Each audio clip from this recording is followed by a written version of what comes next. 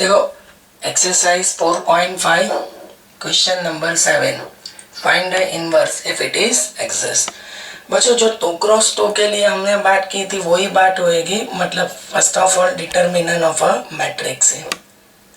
तो 1 2 3 0 2 4 0 0 5। अगर 3 cross 3 determinant का एक्सपेंशन भूल गए तो एक बार मैं रिमाइंडर दे देता हूँ। 1 रो कॉलम यहाँ पे भी वही होगा 2 4 0 5। Then after that -2 column row जाएगी 0 4 0 5 प्लस 3 रो और कॉलम जाएगी 0 2 0 0। जो भी एलिमेंट उसकी करस्पॉन्डिंग रो और कॉलम निकाल लो, उससे 2 क्रॉस 2 डिटर्मिनेंट मिल जाएगा।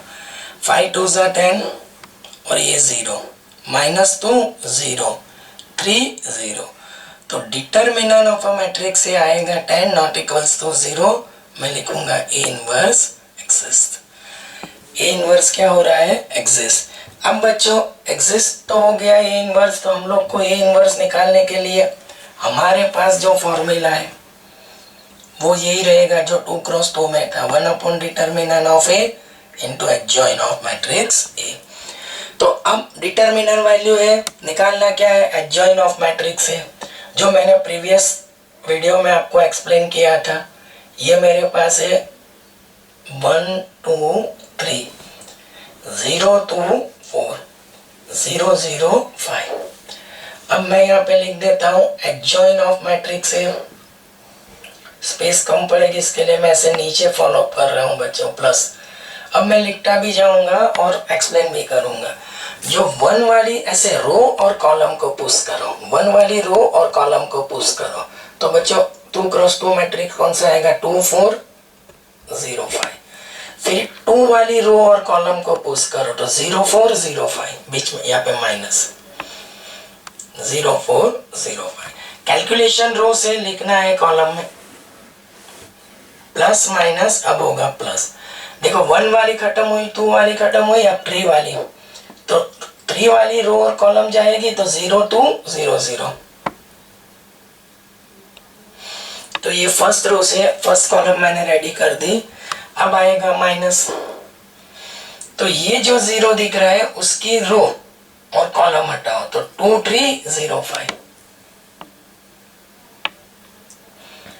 0 जो था उसकी रो गई कॉलम गया तो 2 3 0 5। अब 2 है उसकी रो गई कॉलम गया तो 1 3। 2 वाली रो गई कॉलम गई 1 3 0 5। फिर माइनस, अब नंबर 4 का आएगा, 4 वाली रो जाएगी कॉलम जाएगी, 4 वाली ये रो गई कॉलम गया 1 2 0 0। तो ये सेकेंड रो से सेकेंड कॉलम रेडी हो गई। अब मैं जाऊंगा प्लस करके थर्ड रो, ये 0 वाली रो जाएगी, ये 0 वाली रो कॉलम गई 2 3 2 4। फिर ये 0 वाली रो गई कॉलम गया 1 3 0 4। फिर ये 5 के लिए रो कॉलम 1 2 0 2।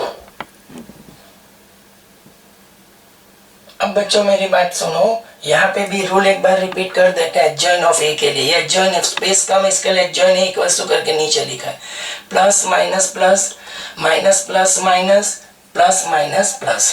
फर्स्ट रो हर एक एलिमेंट के लिए ये 1 के लिए लिखा गया है, ये लिखा गया है 2 के लिए, ये लिखा गया है 3 के लिए। 1 वाली रो और कॉलम को पुश करो 2 क्रॉस 2 डिटर्मिनेंट, 2 वाली कॉलम और रो को पुश करो 2 क्रॉस 2 डिटर्मिनेंट, 3 वाली रो और कॉलम को पुश करो 2 cross 2। Same thing done for minus plus minus, 0 वाली रो और कॉलम 2 3 0 5, 2 वाली रो और कॉलम 1 3 0 5, 4 वाली row column 1 2 0 0। Same thing for the third one. अब आपको एडजॉइन ऑफ ई करके कोशिश क्या करनी है? 5 2 10, ये 0 और ये भी 0। इसके लिए आ जाओ 5 2 10 और ये 0, 5 1 5 और ये 0। इसके लिए 4 2 8 3 2 ज़ा 6, 8 माइनस 6 इज 2, 4 1 ज़ा 4 और वो 0, 2 1 ज़ा 2।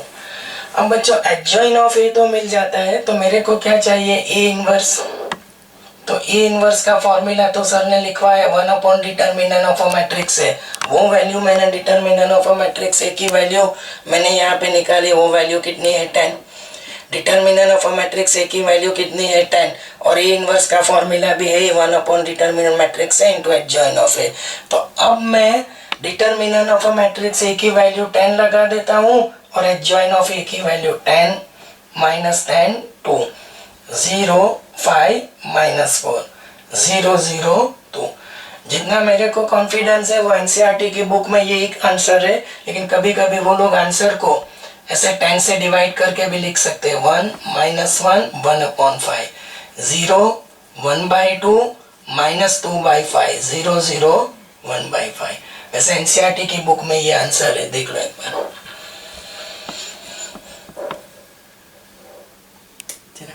तने समझ पड़े છે એટલે હું બરાબર થઈ જાય લાગેલો મને।